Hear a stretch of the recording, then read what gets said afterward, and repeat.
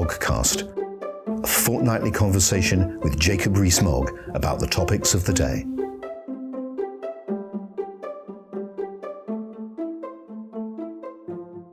Welcome to the 67th Moggcast.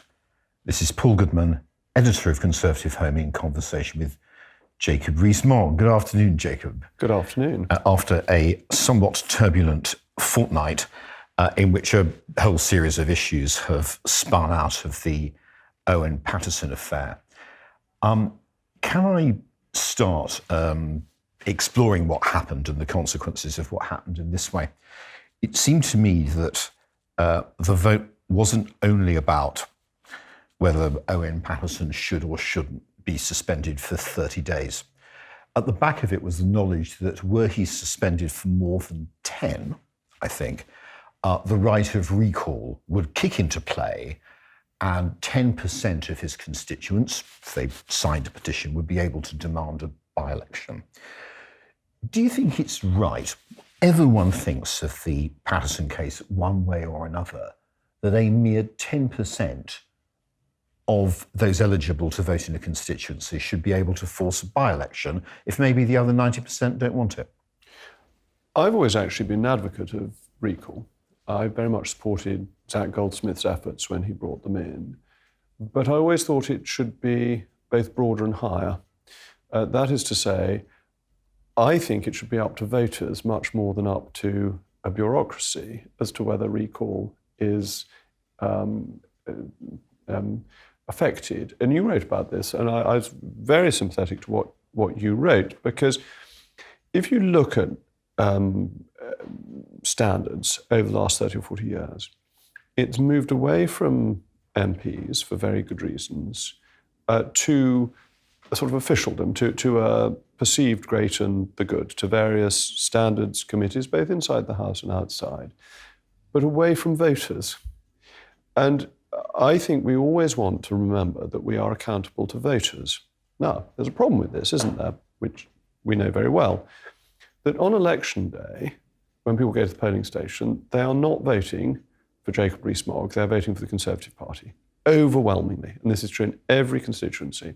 And people stand there not thinking, does my MP behave well or not, but thinking, do I want Boris Johnson or Jeremy Corbyn in number 10 Downing Street? And so the general election is not necessarily a point at which the individual behaviour is being focused on. So I wonder if there are other ways of getting people to look more at the character of the Member of Parliament. Now, David Cameron tried primaries, and the US has those very effectively, and if constituents come to the conclusion that they like the party but they want a different individual, that's their decision. And this could have been very helpful to Labour in some of the seats in Scotland that it lost in 2015, if there'd been a refreshing of MPs rather than people who'd been there forever and may not have been, all of them, entirely assiduous. That the Safeseat-itis is a political issue and a political problem. So it may be that there's something you could do with that. It may be that there's something you could do with recall, because I would much rather reinvigorate democracy and accountability than say the answer is another new standards body, which sort of implies that you are likely to be better behaved if you haven't been involved in the grubby business of standing for election than if you have been elected. And I'm not entirely convinced by that. I think that you should expect elected people to have high standards, and I think most of them do, but to be accountable to voters rather than to an indeterminate great and good. The Conservative Party has, I think, recently, and by that I mean in the last 10 years or so, though you may be able to correct me, had two proper open primaries.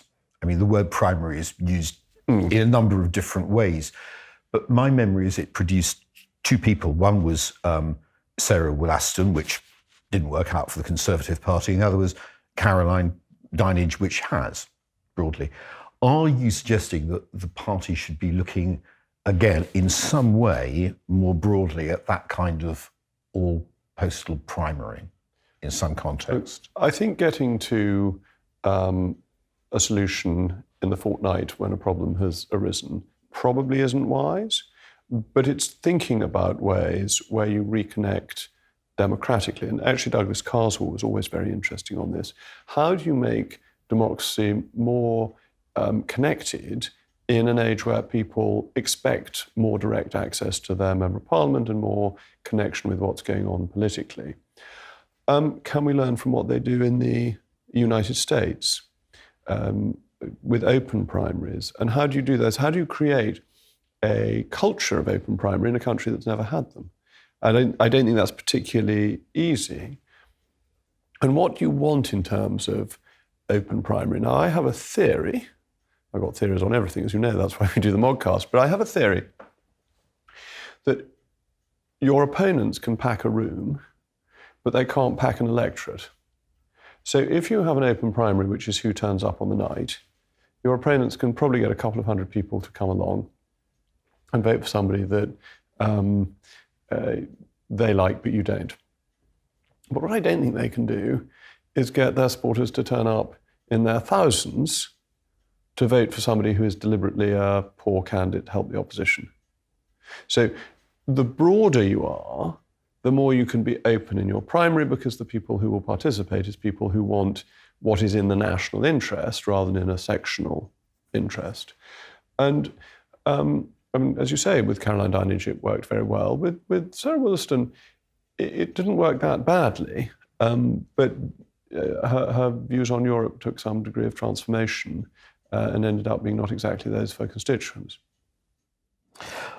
Let's just go back for a moment from primaries and recall to the Owen Paterson case. It's very kind of you to reference what I wrote. I was in favour of, as it were, putting to the vote as a kind of bargain, which is we don't think the way this process works is right, so we will suspend judgment on the Paterson case and offer a right of recall that is much broader, but also with a higher threshold. I say to you quite candidly, I don't think that would have worked, because I don't think your colleagues are in the mood for more recall, but it could scarcely have turned out worse than what actually happened, could it? I must take my share of responsibility for this. I thought it was the right thing to do. I encouraged the Prime Minister to go down this route, and I was wrong. I made a mistake. And the question is, why did I make this mistake, which in hindsight looks a really obvious mistake to have made?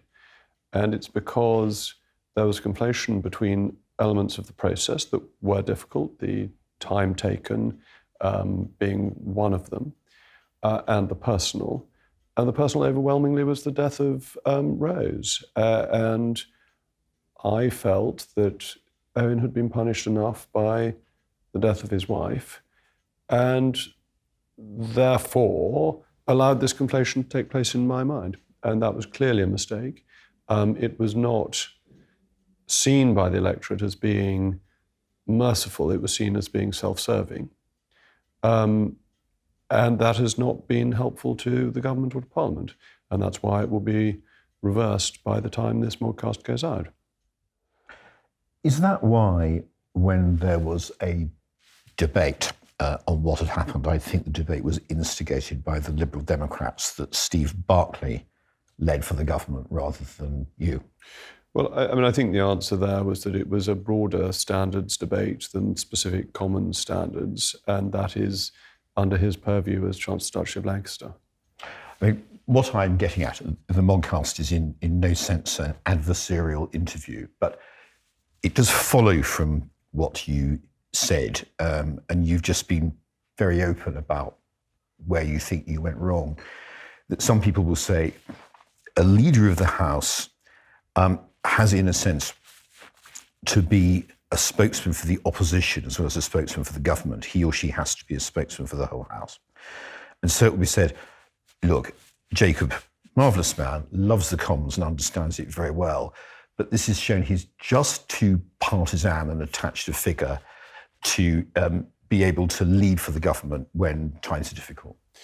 Well, actually, I think I'm there to represent members, not parties. And in that context, you have to understand that what happened in relation to Owen Paterson was following representations made to me by members from across the House who felt that they had not had fair dealing in a system which had no form of appeal for them. And that wasn't just Conservative members.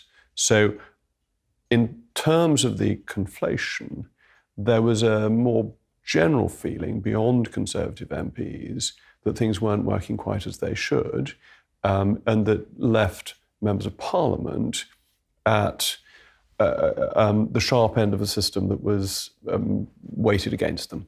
And whether that's right or not, that was the feeling that was being represented to me. So actually, on the specific charge, and I'm not denying that I made a mistake, and a serious mistake, but on the specific charge, no, I was definitely representing the views of the House as they had been represented to me over the last couple of years.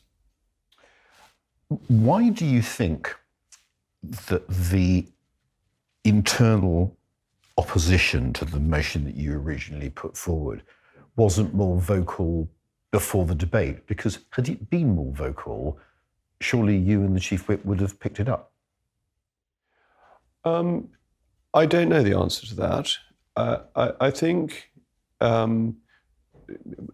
people are very often quite quiet about things in which they haven't spent a lot of time until after it becomes apparent which way they are going. And you mentioned you had a very sensible approach, very interesting approach, which you recognise now wouldn't have worked. But you weren't saying at the time, no, this mustn't be done at all, this is madness. And you're a pretty sophisticated commentator.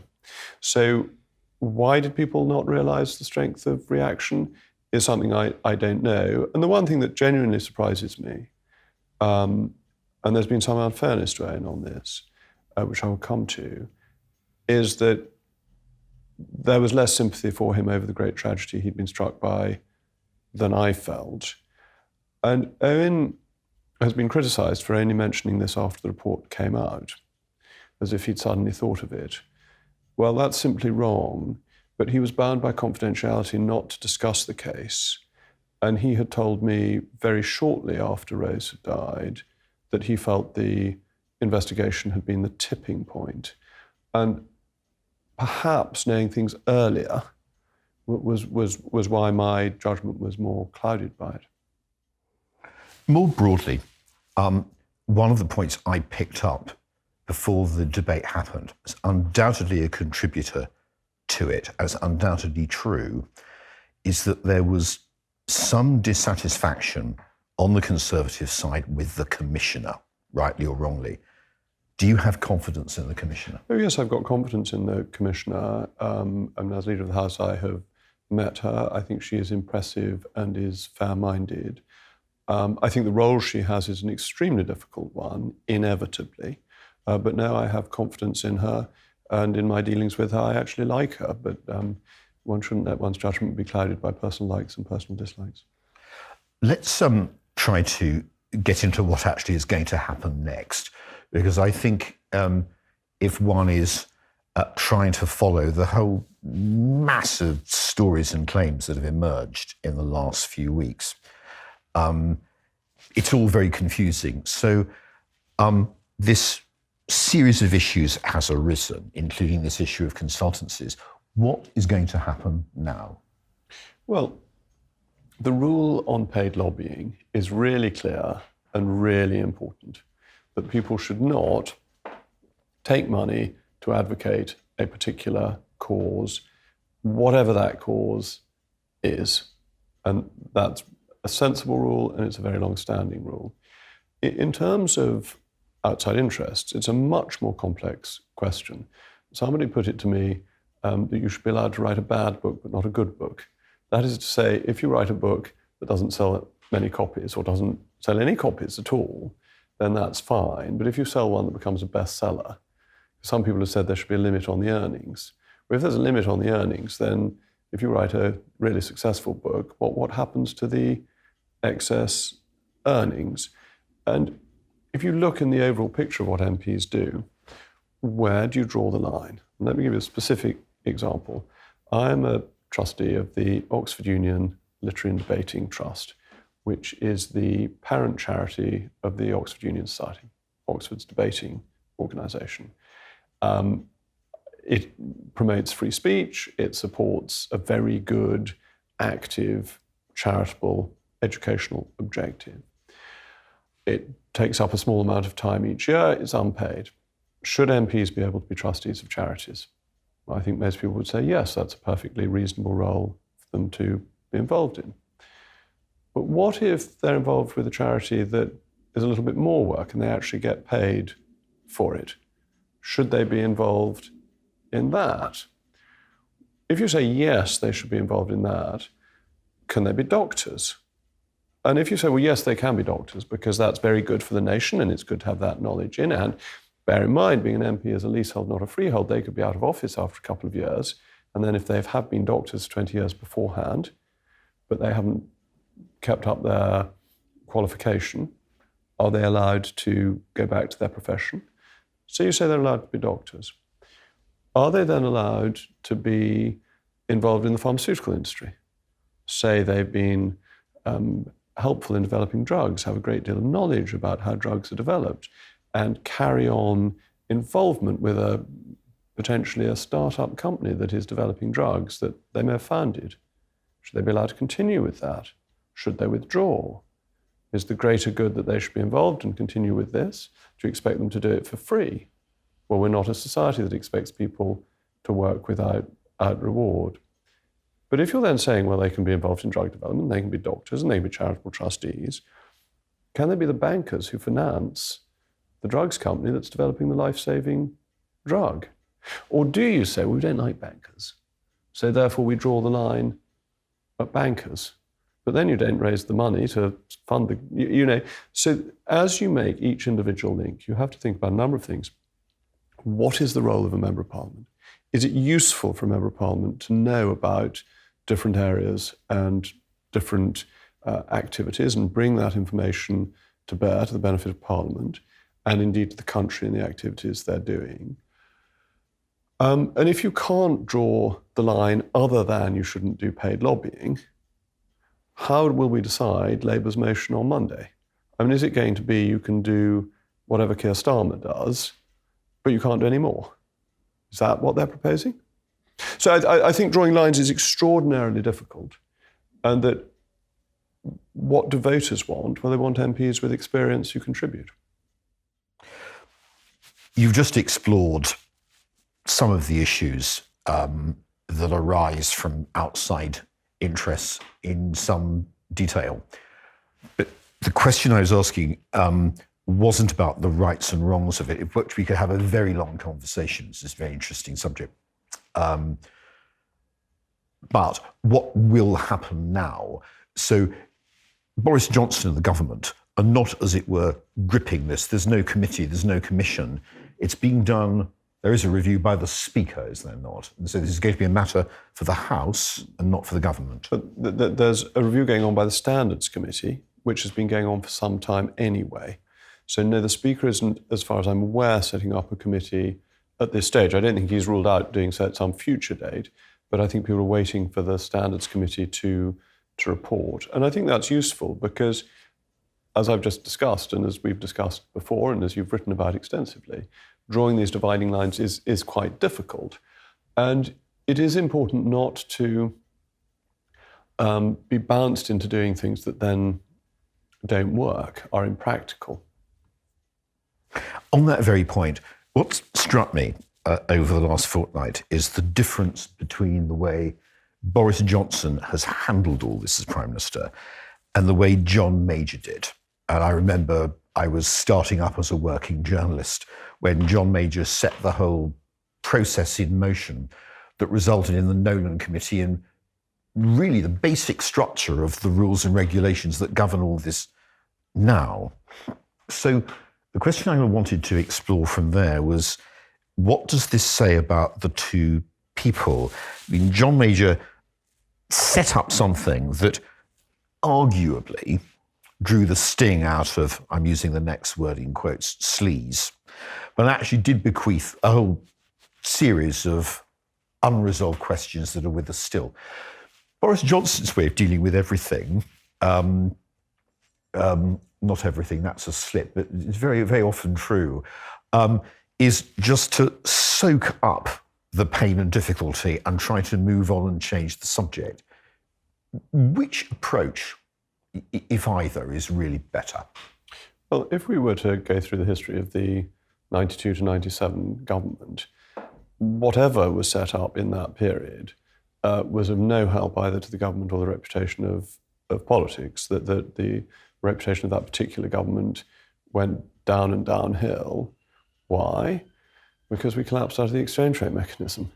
And it is the economy, stupid, isn't it? That what damaged John Major's reputation and John Major's government and led to an historic defeat for the Conservative Party was that the economic policy had failed, and therefore it could have set up any number of committees and commissions and greybeard organisations, but as people felt they had suffered a recession for no good reason, they were unwilling to give the government their confidence. And so I'm not sure that what was done 92 to 97, however imaginative it may have been, was actually an answer to the real problem, which was the economic policy had failed. So that's pretty clearly, and I would expect it, more or less an endorsement of the way Boris Johnson has approached this issue and not an endorsement of the way John Major did. But was the Prime Minister right not to, I think this is correct, he really didn't apologise for anything that had happened, I think for about a week. He did in the press conference at COP. And his way very often is just to let something hang there rather than be, as he would see it, pushed around by the mob. After all, he didn't call on Matt Hancock to resign. Matt Hancock eventually went of his own commission. The Prime Minister doesn't like being shoved around by voters.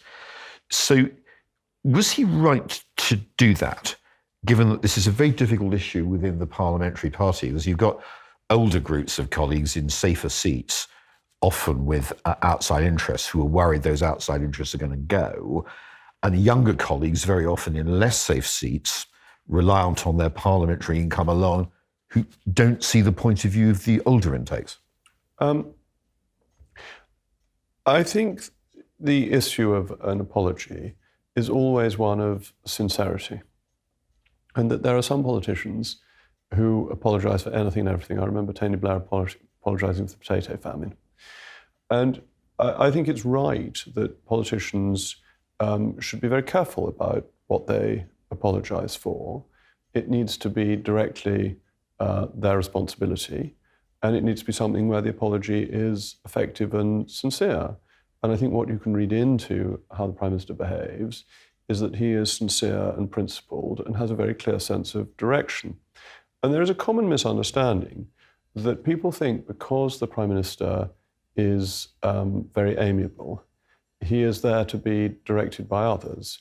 This isn't true. He is very much his own man, very much directed by his own political thought processes and principles. And that comes through in how he approaches these questions.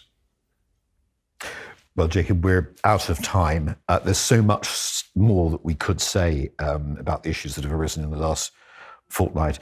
I'm confident that at some point we will come back to them in whatever context. Once again, thank you very much. It's always a pleasure. Thank you very much. The Moggcast, a fortnightly conversation with Jacob Rees-Mogg about the topics of the day.